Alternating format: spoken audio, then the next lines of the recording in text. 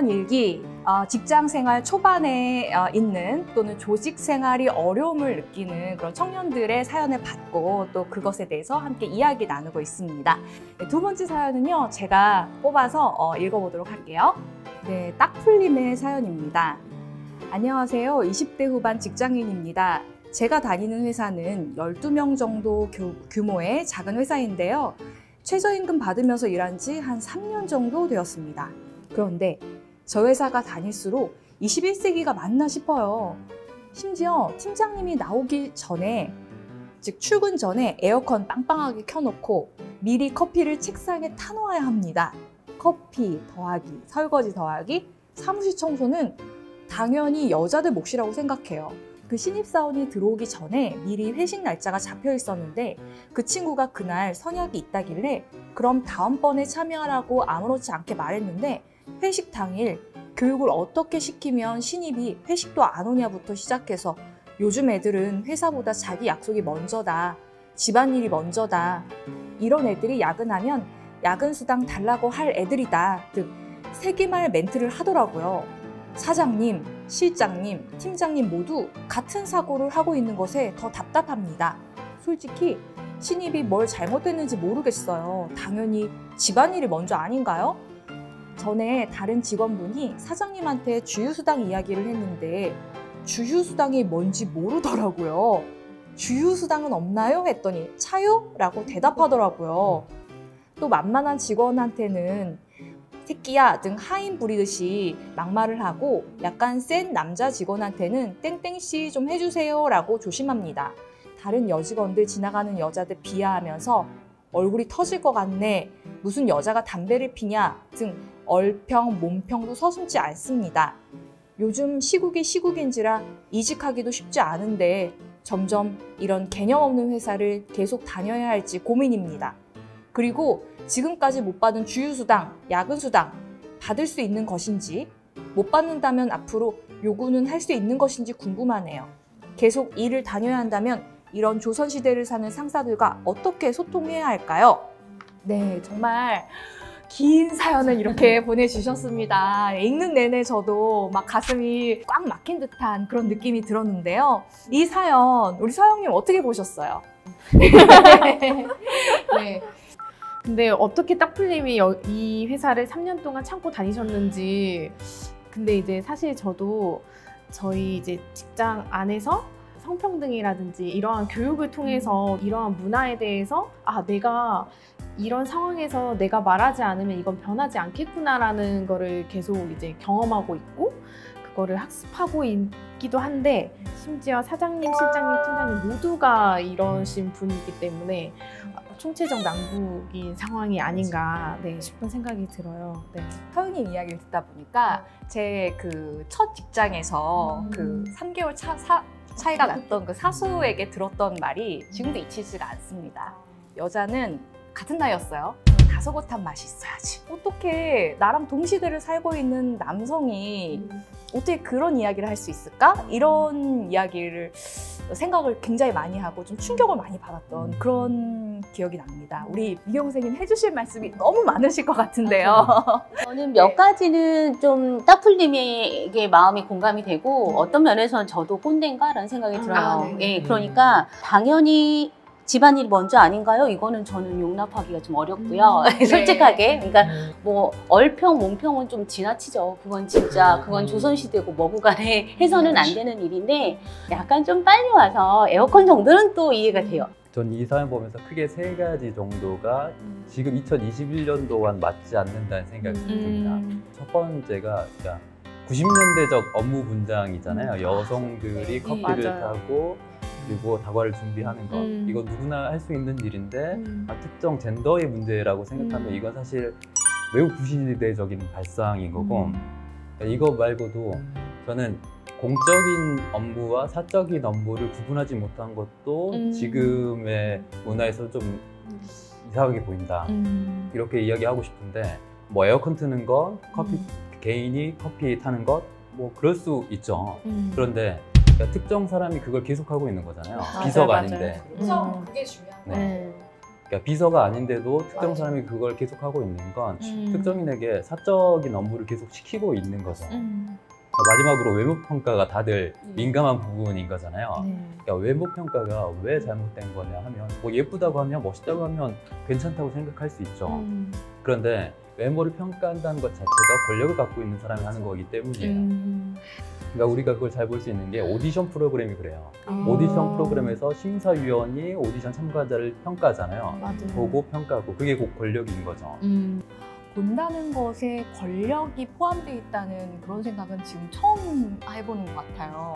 그러니까 누군가를 보고 그것에 대해서 이야기를 하는 것도 권력에 치우쳐져 있는 것이다. 칭찬도 칭찬도 우리가 평가라고 얘기를 하거든요. 칭찬이나 어떤 비난이 아니라 자신이 어떤 느낀바를 그냥 명확하게 이야기하는 것이 훨씬 더 좋겠네요.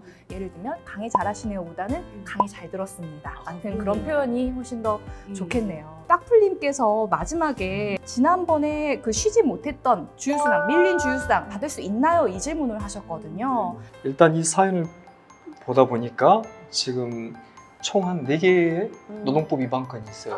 그래요? 네. 상당히 세죠. 아주 네. 강력하게 처벌받을 수 있는 지금 그런 사업장이에요.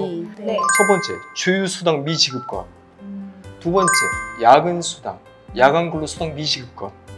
자, 세 번째, 직장 내 성희롱건도 있어요. 그렇죠? 네 번째는 직장 내 괴롭힘건. 여자들에게만 또 특정한 인물에게만 계속해서 신고를 시킨다거나 이 모든 것들은 다 업무상 적정 범위를 넘어선 것들이에요. 원치 않는 회식에 그것도 강요하는 것도 다 직장 내 괴롭힘에 해당돼요. 이분이 재직을 하면서 이런 걸 제기한다는 게 상당히 쉽지가 않아요. 그렇죠. 그래서 할 수 있는 방법은 대화를 해서 해결이 되면 좋고 네. 안 되면 퇴사하고 하셔도 돼요. 그렇죠. 자, 그래서 야간 수당이나 주휴 수당은 자, 임금의 채권 소멸 시효가 3년입니다. 그래서 3년 이내에만 제기하시면 돼요. 그러니까 퇴사하고 나서도 청구하실 수가 있고 그렇군요. 그리고 이제 여기 또 마지막에 보니까 이런 상사들과는 어떻게 소통해야 할까요? 아주 어려워요. 어려워요. 속 시원합니다. 너무 소통하려고 애쓰지 마세요. 음. 그런 시간에 차라리 다른 걸 하시는 게 좋고 이러한 마인드를 갖고 있는 사업주들 제가 많이 봐요. 빨리 나오세요. 저는 빨리 나오기를 원하고 도망쳐. 3년 정도 됐는데 아직도 최저임금 받고 일하고 있잖아요. 아, 네. 보수의 조건도 좋지 않고 업무와 무관한 그런 심부름을 시키고 강요하고 그러면서 성희롱과 괴롭힘까지 하는 사업장에 나온다면 제가 볼 때 최악의 사업장입니다. 그러니까 빨리 나오시는 게 좋고 마지막 나올 때 할 수 있는 방법이 있어요. 나머지 남아있는 직원들 위해서 뭘 하냐? 노동청에다가 특별 근로감독을 요청하세요. 그래서 이런 사업주들 한번 대대적 조사를 받고 한번 뉘우쳐야 될 필요가 있어요. 한 가지 궁금한 게 이런 밀린 주휴수당을 받고자 할 때 챙겨야 되는 서류들 그렇죠. 있잖아요. 본인이 일했던 특히 야간 근로 시간, 일시를 정확하게 매일매일 꼼꼼하게 챙길 필요가 있어요.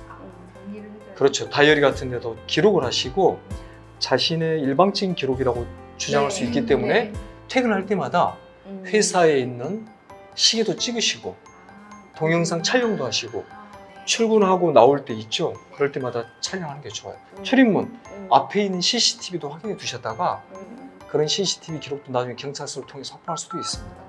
그러니까 그런 방법 일단 없으면 자신이 기록해 놓은 거라도 제출하시면 충분히 인정받을 수 있습니다. 한번 세 번째 직장 내 성희롱에 대한 거는 실질적으로 이게 대화 속에서 일상적으로 이루어졌잖아요. 이런 거는 어떻게 입증을 해야 되죠?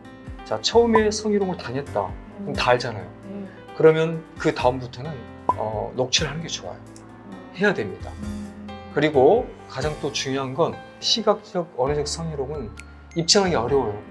그래서 일단 발생했을 때 즉각적으로 그 가해자한테 얘기를 하는 게 좋아요.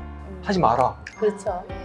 그리고 그런 걸 카톡 같은 걸로 문자로 남기는 게 좋아요. 증거. 그리고 재차한 경우에는 녹취를 하는 게 중요해요.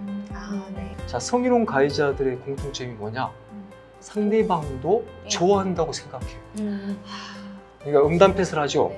그럼 상대방이 웃어줄 거 아니에요. 그렇죠. 저 여자가 엄청 좋아하네? 또 해요. 그러니까 의사표시를 해야 돼요. 나 매우 기분 나쁘다. 이거 성희롱이다. 하지 마. 정확하게 표시를 하셔야 돼요.